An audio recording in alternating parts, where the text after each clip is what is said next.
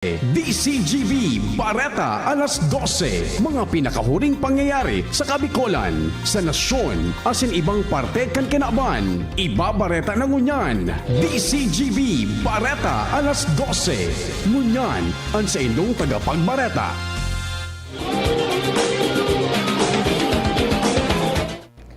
Marhay na pagkaudto, mga paraan tabay, ngunyan petsa 15 kan bulan in Enero 2024.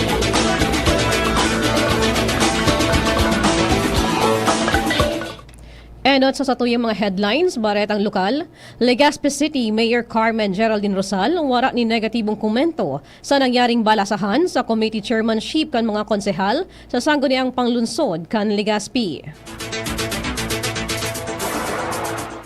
No-build zone ipigrekomendar kan DENR MGB Bicol sa porsyon kan nagrasay na bulod sa Purok 1 kan Barangay Buraguis, Legazpi City.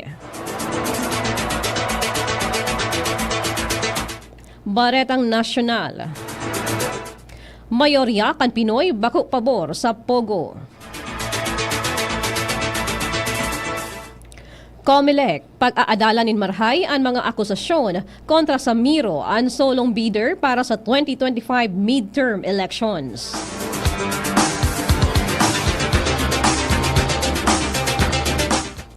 Bareta sa ibang nasyon.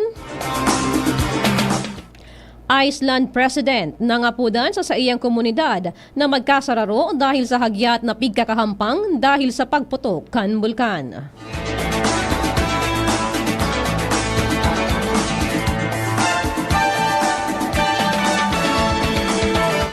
Baretang Sports, Samahang Basketball ng Pilipinas padagos ang paghahanap din bagong coach kan Gilas Pilipinas.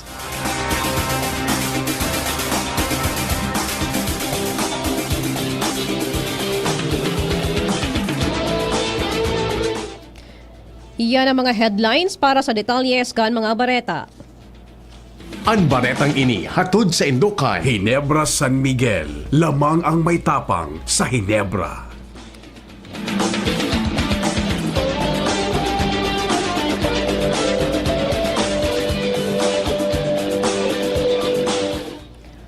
Wara ni negatibong komento si Legazpi City Mayor Carmen Geraldine Rosal sa nangyaring balasahan kan committee chairmanship kan mga miyembros kan sangguniang panlunsod kan Legazpi kan nakalihis na semana.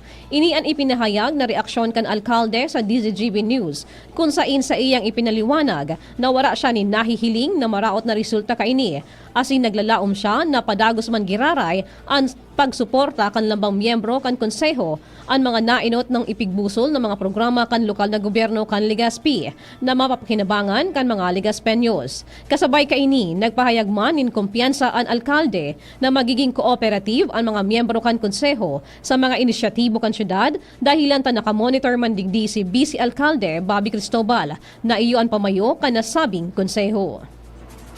Ang baretang ini hatod sa Indukan, Biogesic, sa sakit ng ulo at lagnat, piliin ang singgaling ng malakas na gamot at maingat magpagaling. Alagang Biogesic. Ingat!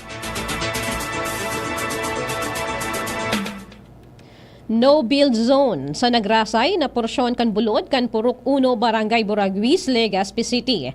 Ini ang naging rekomendasyon ni Department of Environment and Natural Resources, Mines and Geosciences Bureau Chief Geologist Arlene Dayaw matapos ang ginibunindang assessment sa lugar na nagrasay kan Disyembre 2023. Sigun kay Dayaw, basado man sa existing Presidential Decree number 1607 o ang Water Code of the Philippines. Wala dapat nin anuman na istruktura, edipisyo o residensya ang nakakonstruhir sa mga lugar na nakakalaog sa 3 metros hali sa mga salog dahil sa posibleng peligro kaini sa mga tawo. Katakod kaini, ipigtaong kwenta na ni Dayaw ang puder sa mga opisyales kan nasabing barangay maging sa lokal na gobyerno kan Legazpi sa gigibuho na disposisyon para naman sa mga residentes na naapektaran kaini. Ang baretang ini hatod sa Indukan, Ferrix E, ang vitamin E na kayang araw-arawin. Bako tama ang timing kan pag-amyendar sa nagkapirang probisyon na nakapalaman sa Philippine Constitution. Asin bako tama ang paagi na pigagamit kaini kung saan nagtataonin kwarta sa si Isay man na mapirma digdi. Ini ang naging reaksyon ni Tabaco City Mayor Crisel Lagman Luistro sa mga naglalakop na papel kan pigsasabing inisyatibo kan tawo para pag-amyenda kan konstitusyon. Sa entrevista kan DZGB News sa alkalde, sinabi kaini na kan mga nakalihis na semana naghihiro na ang nagkapirang mga kapitan kan syudad na bako kaalyado kan sa iyang administrasyon para sa pagpapamirma asin basado sa nare-resibi niyang reports ang mga nagpirma sa Barangay Fatima ang nakaresibin ng 50 pesos asin sanggatos sa mga residentes kan Barangay Kumon, Pawa asin San Roque. Ipinaliwanag ni Alkalde Luistro na nagtutubod siya na may nagkapirang probisyon na sa paghiling niya ang dapat na mabago alagad sa laan timing kaini sa pagsasabing posibleng ma-extender ang termino kan mga pwesto asin bako man ang mga tawo ang direktang mabenepisyo kaini. Kasabay kaini, pinasalamatan man ni Alkalde Luistro si Bishop Joel Z. Bailon kan Diocese of Legazpi dahil sa ipinaluwas kaining pastoral letter na nagpapasabot sa mga Katoliko na daipagbasang-basangon ang pagpirma kasalida nin sadit na kantidad dahilan ta ipinagpapabakal kaini ang futuro ka nasyon. Idinugang pa kan alkalde na ipinag-orden niya man sa mga otoridad na dakupon ang mga personang nagtataonin kwarta kasalida nin pirma dahilan ta maikukonsiderar ining sarong krimen.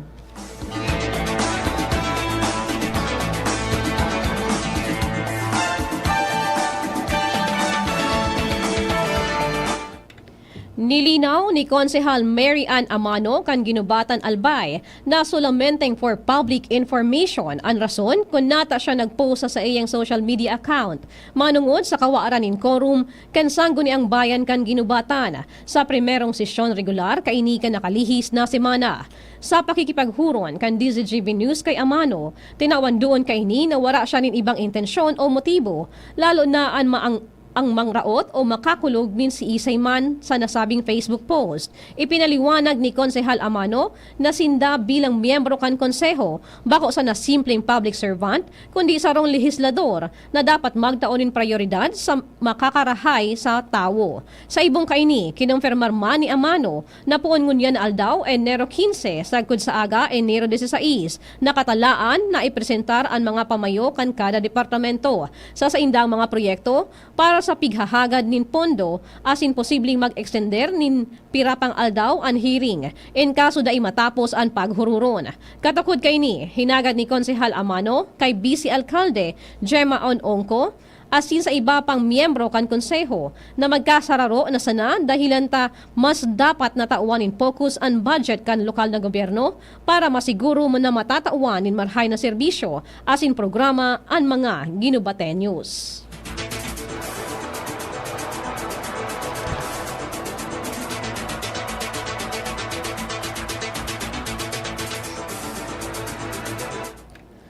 Ipinarumdum ni Legazpi City Task Force Kaayusan at Kalinisan Head Mark Andy Marbella sa mga tagsadiri kan electric bike as in e-trike na ipinagbabawal kan gobyerno na mag-agisinda sa mga tinampo na konsideradong national road sa syudad. Sa pakikipaghuron kan DZGB News kay Marbella, ipinaliwanag kaini na may existidong memorandum ang Department of Interior and Local Government para sa siring na orden na maigot na ipinautob kan mga nakalihis na taon. Alagad sa ngunyan, naglaylo ang implementasyon kaini sa palibot. Sinabi ni Marbella na sa ngunyan naglalangkaw ang numero kan mga e-bike as in e-trike sa manlain-lain na parte kan syudad. Kung kaya maigot ninda ining tututukan dahilan sa peligro na dara kaini sa mga iba pang motorista maging sa mga nagagamit kaini. Tinawan doon ni Marbella na ang siring ng mga bihikulo ang bako man rehistrado sa Land Transportation Office.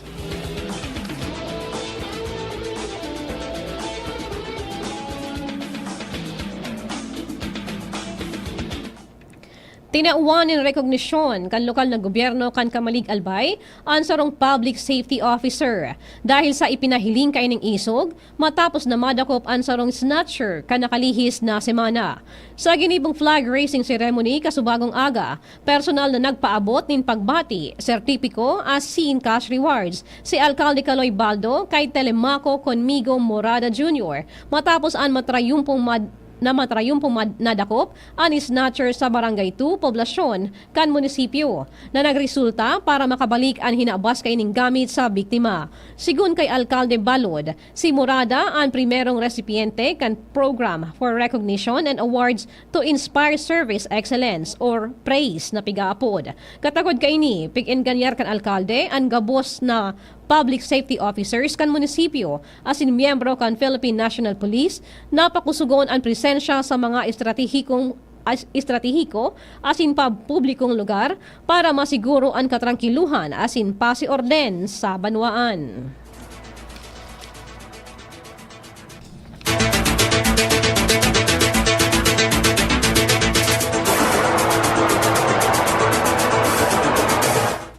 $2.2 milyon pesos na kantidad din pigtutubunan na shabu ang nakumpiskar kan mga otoridad sa ikinasang bypass operation sa Naga City hale sa duwang personang konsideradong high-value individual. Sigun sa Police Regional Office 5, ang operasyon na ginibo kan mga personahes kan Naga City Police Office as in Philippine Drug Enforcement Agency Bicol kontra sa mga suspect na namidbidan na sinda alias Dart as in Bert, parehong residente kan probinsya kan Camarines Sur. Nakuha sa inda ang shabu na may timbang na 325 grams na may street value na 2,210,000 pesos. Ang duwang persona ang presenteng nasa kustodiya kanasabing hepatura as in nakakahampang sa kasong pagbayolar sa RA 9165 o Uncomprehensive Dangerous Drugs Act of 2002.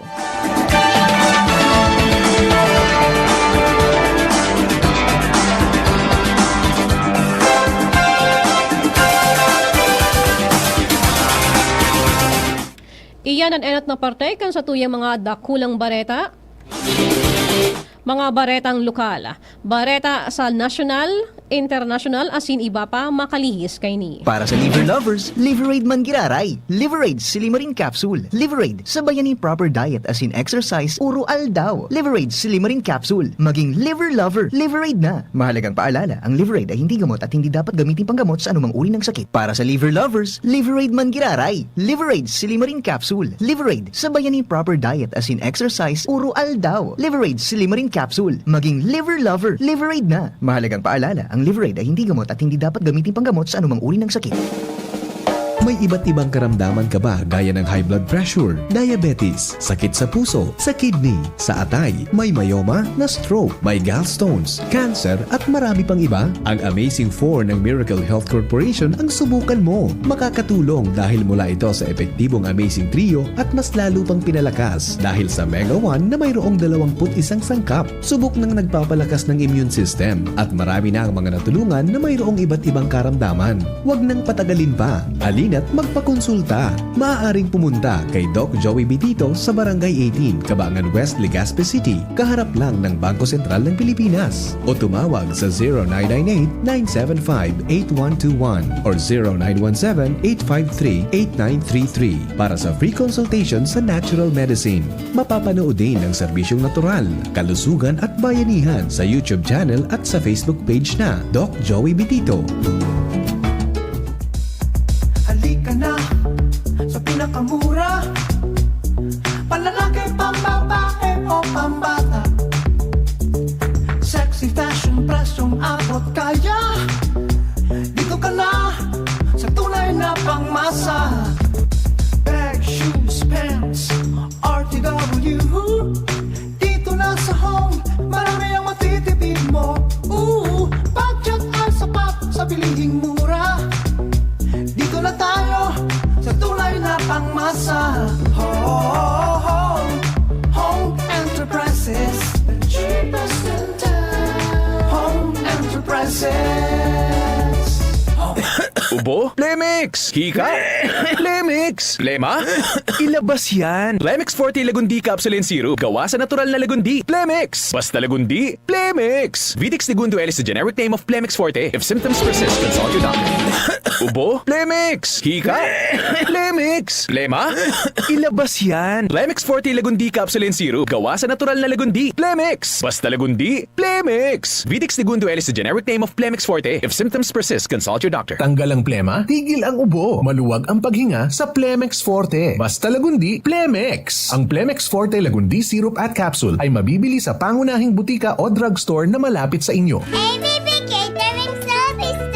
Affordable, elegant, trusted for years. AVP Catering Services. Through the test of times, AVP opened their doors in every life celebration. AVP through the test of times, we have served you at your own home. AVP through the test of times, we open to-go meals to bring home to your family, and the rest we will give you the best. ABB Catering Services.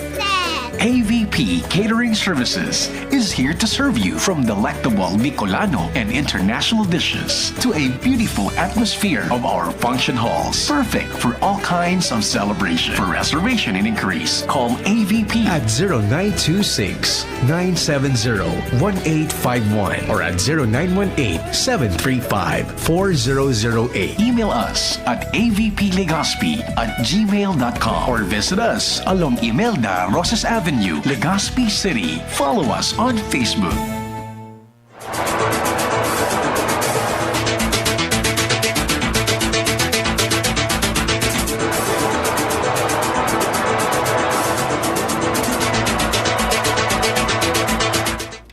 Bareta sa Lado Nasyonal.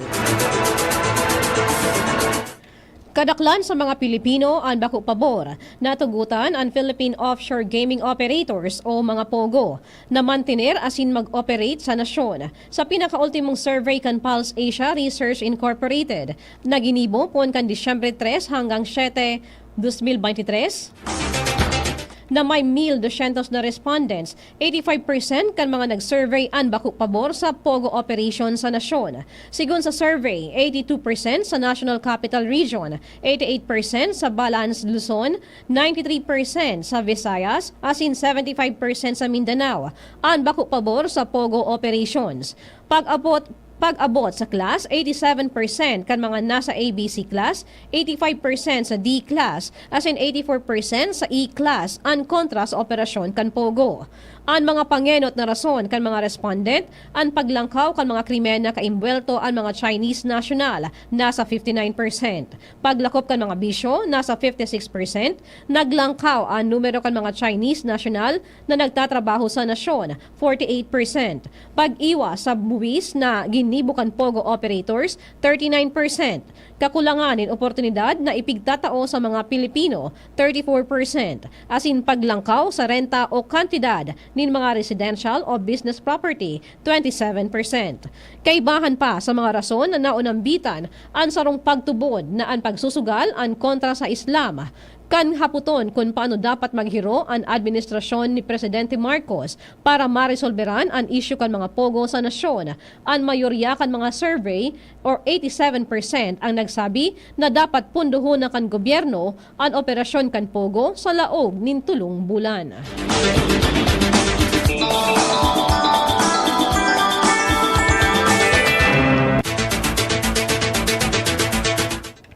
Maigot na pag-aadalan kan Commission on Elections or COMELEC ang mga akusasyon kontra sa solomenteng bidder na South Korean firm na Miro Systems Company Limited sa pagigibong post-qualification process kan bidding para sa pagbakal nin bagong Automated Election System or AES na gagamiton sa 2025 midterm elections.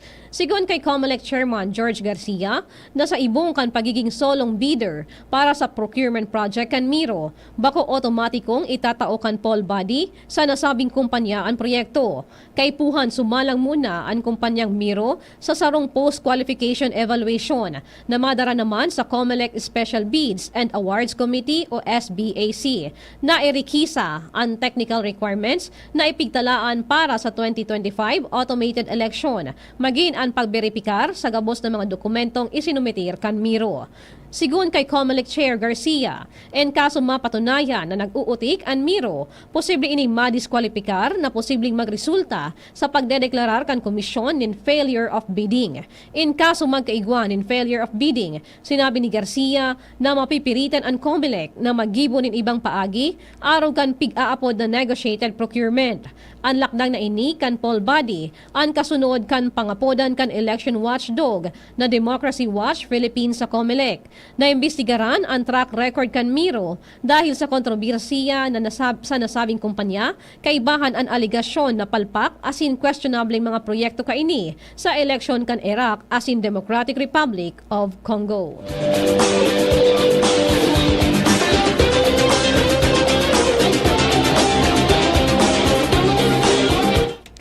Kumpiyansa ang Department of Tourism na daisinda madidipisilan na maabot ang target na 1.5 trillion pesos na income sa domestic tourism ngunya na taon. Sinabi ni Tourism Secretary Cristina Frasco na may mga paagi na sindang pigigibo para lalo pang magdakol ang local tourists sa kada lugar. Nagkapira sa mga ini ang pagpapagayon sa mga pasilidad sa kada local tourist spots. Nanginutan ng bisitahon kan mga turista ang Cebu, Palawan, Boracay, Siargao, Metro Manila, asin Batangas. Saro sa mga programang ipigbubusol ngunyan kung paano maipapamidbid ang mga daipa na papasyaran ng mga lugar.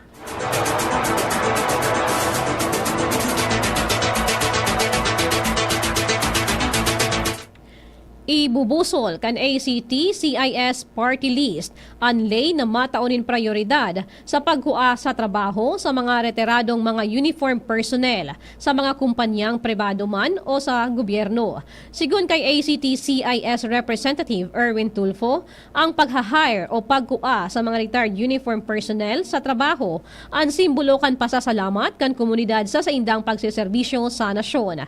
Sa propestong lay na isinangat ninda Congressman Tulfo, ang mga kaibahan na sina Representative Edvic Yap asin Jocelyn Tulfo nakapalaman digdi na dapat tawanin prioridad kan mga ahensya o kumpanya ang pag-ako sa mga retired uniform personnel sa trabaho na dapat tugmaaman sa saindang naging trabaho kan sindaan na sa serbisyo pa. Sigun kay Congressman Edvic Yap, dakol na ngunya ng mga uniform personnel ang nagfa-file nin early retirement dahil mas gusto nindang makaibahan ang sa indang pamilya.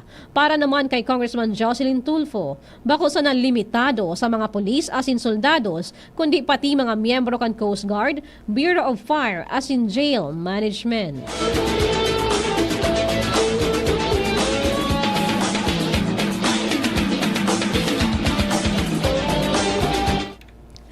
Pinakusog kan Marcos administration ang kontra sa internal security threats kaya naging matrayumpo ini na nagresulta sa pagkapilay kan New People's Army or NPA. Inumaw ni Presidente Ferdinand Marcos Jr. sa iyang social media accounts ang mga law enforcers na matibay sa pag-utob sa saindang mga papel asin trabaho sa pagsisikap kan gobyerno para kontrahon ang internal security threats. Sigun sa iya, as of December 2023, na neutralize kan gobyerno ang 1,399 na miyembro kan komunista asin local terrorist groups na kung sain nakumpiskar kan gobyerno ang 1,751 firearms. Kaya sinabi ni Presidente Marcos na dai mapundo ang gobyerno sa saindang anti-insurgency campaign kay ni. Inumaw man ni PBBM ang magandang parte kan pagsisikap kan pamahalaan kontra sa internal threats, partikular na ang Armed Forces of the Philippines, Philippine National Police, Department of National Defense. Kaya sigun pa sa Presidente na magayon ang performance kan AFP, PNP, asin magayon ang koordinasyon kan Sekretaryo kan Department of National Defense asin intelligence agencies. Kaya may kukonsiderar na wala ng aktibong guerrilla front sa nasyon.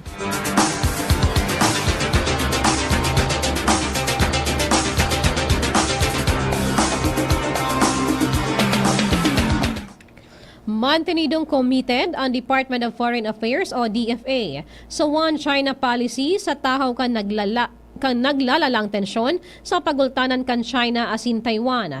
Kasunod kan matayumpong panggana bilang bagong presidente kan Taiwan kan Democratic politician na si Lai Ching-te.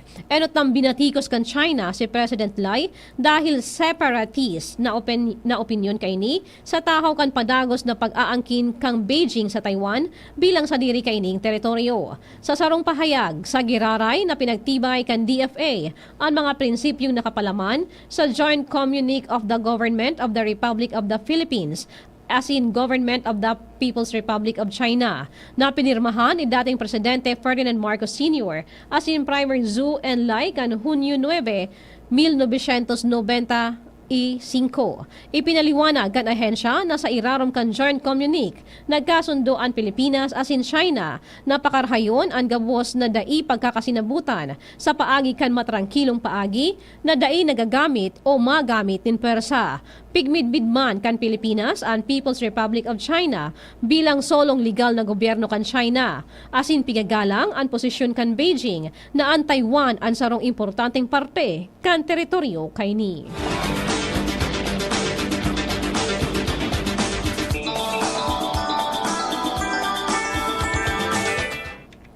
Bareta sa ibang nasyon. Nangapodan si Iceland's President Gudni Johannesson sa komunidad ninda na magkasararo matapos ang nangyaring pagputukan bulkan sa Grindavik. Dahil sa nasabing insidente, dakol na mga residentes ang nag-ebakwar. Uminabot na sa kaharungan ang lava na nagresulta sa pagkasulukan mga ini.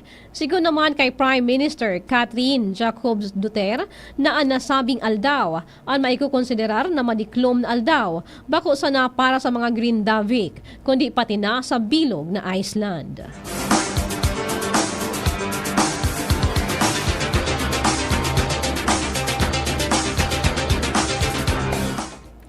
Baretang Sports. Padagos ang pigigibong paghanap kan samahang basketball ng Pilipinas nin bagong head coach kan Gilas Pilipinas. Sinabi ni SBP President Al Panlilio, gusto rin daw makahanap tulos din head coach para sa FIBA Asia Cup Qualifier 2025. Sa nasabing torneo, nakalinya ang Gilas sa Group B na makakahampangan ang New Zealand, Chinese Taipei asin Hong Kong. Padagos man ang sa indang pagtiripon para adalan ang mga bagong lineup asin mga parakawat na masabak sa mga torneo.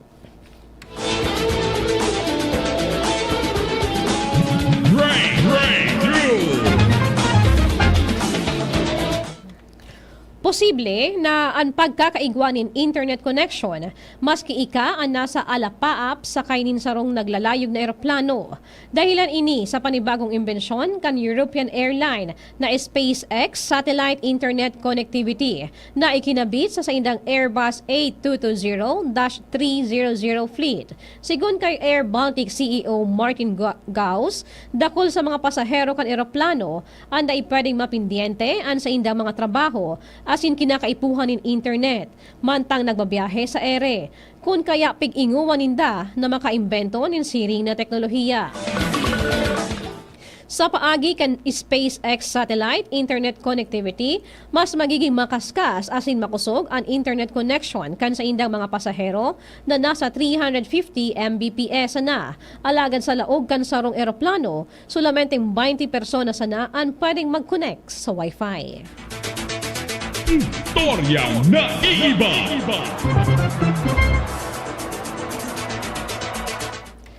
Sarong lola sa Utah, USA ang inapod na Guinness World Records bilang pinakagurang na female water skier dahil sa edad kaining 92. Kinonfirmar kan Guinness World Records na ang 92 years old na si Duan Jacobsen Yang ang may kapot kan titulong Oldest Water Skier, Female Edition. Nagpuon na mag-water ski si Yang sa edad na 29. Nakaukod siya sa pagwa-water ski sa Lake Bear. Sarong salog harap paranisa sa Indang Harong sa Fish Haven, Idaho. Puon kay ito naging aktibo sa water skiing si Yang, asin kaibahan naman niya ang sa iyang mga apo sa nasabing sports. Pamilya ni Yang ang sekretong nag-apply sa Guinness World Records para mamidbidan ini bilang pinakagurang na water skier. Kan Pasko, sinurpresa si Yang kan sa iyang bilog na pamilya para itao an sa iyang Guinness certificate asin sabiho na saro na siyang Guinness World Record holder. Day makapaniwala si Yang sa sorpresang itinao sa iya asin pigpromesa na day mapundo sa pag-water ski sagud kaya pa kan sa iyang lawas. Flashback.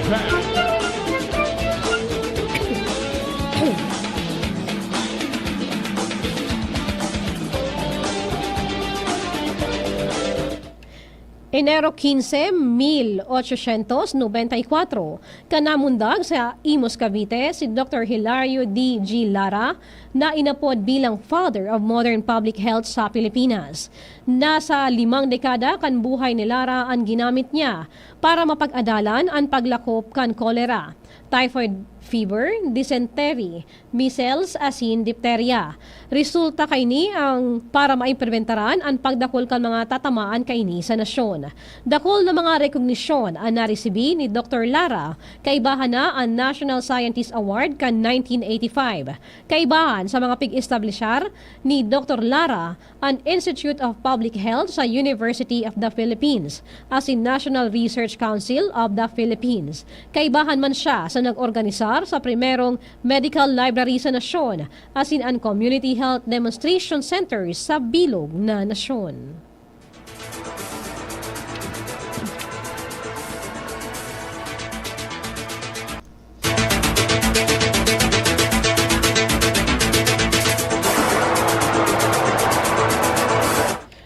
Para sa kamugtakan kang mayon, mantenidong nasa alert level 2 ang bulkang mayon ngunya na Aldao, Enero 15, 2024. Sigun ini sa ipinaluwas na update kan Philippine Institute of Volcanology and Seismology o PVOX kung sa inanotaran ang pagbaba kan aktibidad kay ni. Sigun sa ahensya, wala ni nangyaring volcanic earthquakes, alagad may nahihiling na banaag o crater glow sa nangimot kay ni. Uminabot man sa 1,523 tonelada ang naging sulfur dioxide flux, asin may katamtamang pagsangaw ng flume o aso. Kaibahan pa ang paramientras na paghubag kan bulkan o ground deformation. Ipinagbabawal man giraray kan ahensya ang pagkakaigwan ng mga aktibidad sa laog kan 6-kilometer permanent danger zone kan bulkan dahil sa mantenidong peligroso ang ini sa publiko.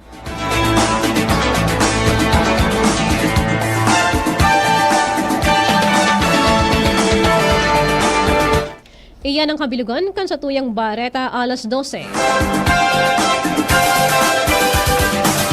Tinipon asin kinalap sa nakaaging sa East Oras.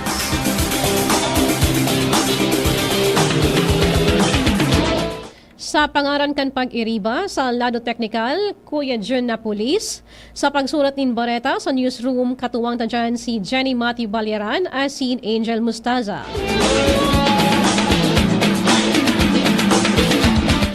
Sa DZGB Social Media Department, kaibahan ta si Jerome Nico Martinez.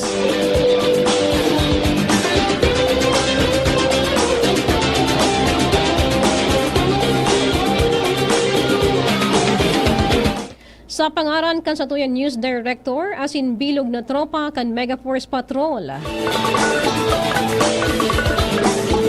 Ako ang sa inyong nakaiba sa Bareta alas 12, Russell Cortez. Sa mga naghihinanyog sa radyo, Diyos marahay na hapon. Sa mga nakaantabay sa live sa satuyang Facebook page. From Gerald Aranya, good noon, God bless all over the world. From Sir Reginald King, ang paraantabay me. Diyos marahay na hapon po. From Gideon Pontanes, watching from KSA. Mga idol, magandang tanghali po dyan. Rolly Alvarado from Pasay City, asin Richard Baradia. Marahay na hapon. Diyos marahay na hapon sa inyo, gabos. Salamat sa pagdangog. Sa indong nadangog ang mga darakulang bareta ngunyan na aldaw. Ang tabayan ng giraray sa aga ang sarupang edisyon kan